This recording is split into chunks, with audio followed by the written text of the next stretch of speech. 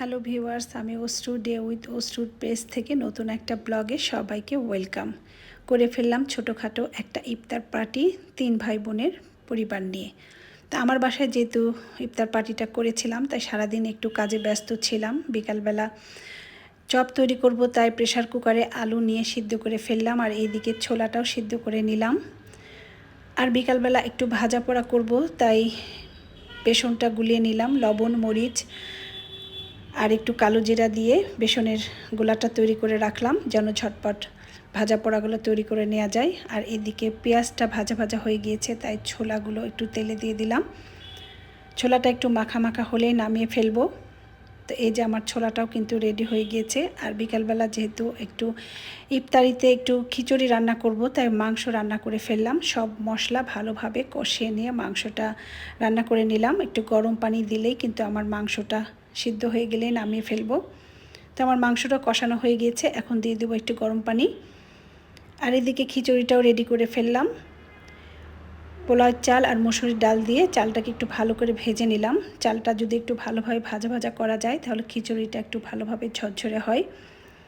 তো এর মধ্যে আমার বোন এসে হাজির। তো আসা মাত্রই সে রান্নাঘরে এসে ফ্রুটসগুলো কাটতে শুরু করলো।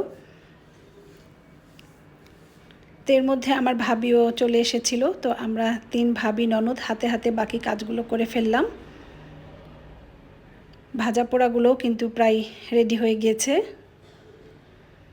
আর ওই যে আমি তো আগেই বলেছি আমার ইফতারির প্লেট সাজাতে ভীষণ ভালো লাগে, তো চলে গেলাম প্লেটগুলো সাজানোর জন্য। তো সব প্লেটগুলো আমি ধীরে ধীরে রেডি করে ফেললাম। ইফতারি আসলে সবাই একসাথে যেহেতু করতে হয়, এই জন্য সব কাজের চাপ একসাথে এসে পড়ে। এই পিচ্চি বাচ্চাগুলোও কিন্তু সবাই রোজা ছিল। তো ইফতারির প্লেটগুলো সাজিয়ে নিয়ে সবাই সামনে নিয়ে বসে পড়লাম আজানের অপেক্ষায়। আসলে ইফতারির সময় ইফতারির প্লেট সামনে নিয়ে আজানের অপেক্ষাটা আমার কাছে ভীষণ ভালো লাগে।